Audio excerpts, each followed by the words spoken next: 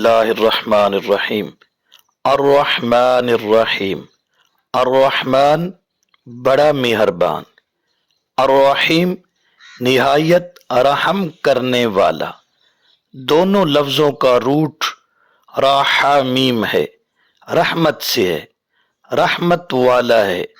रहमान फ़ाइलान के वजन पर है, इसमें वुसअत होती है। और अर्रहीम रहीम फ़ाइल के वजन पर है, इनके मानी में थोड़ा सा फर्क है। रहमान में रहमत आम्मा है, हर चीज को घेर रखा है, रहमत आम्मा। और अर्रहीम में रहमत खासा है, इस रहमत से सिर्फ अहले ईमान फायदा उठाएंगे। रहमत का माना रिक्कत क़ल्ब, दिल का नरम होना।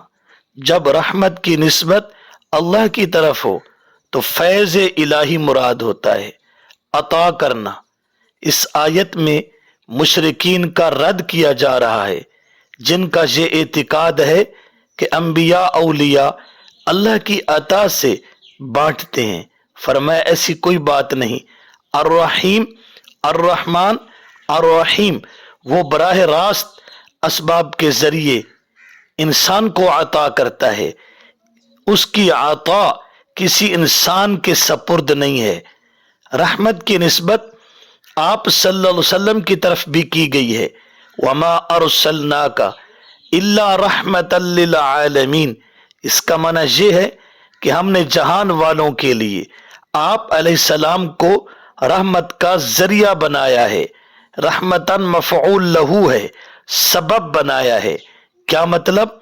जो शख्स अकीदे तौहीद के बाद अमल साले करेगा उस पर अल्लाह की रहमत होगी। ये है मतलब वमा अरसलनाका इल्ला रहमतल लिल आलमीन।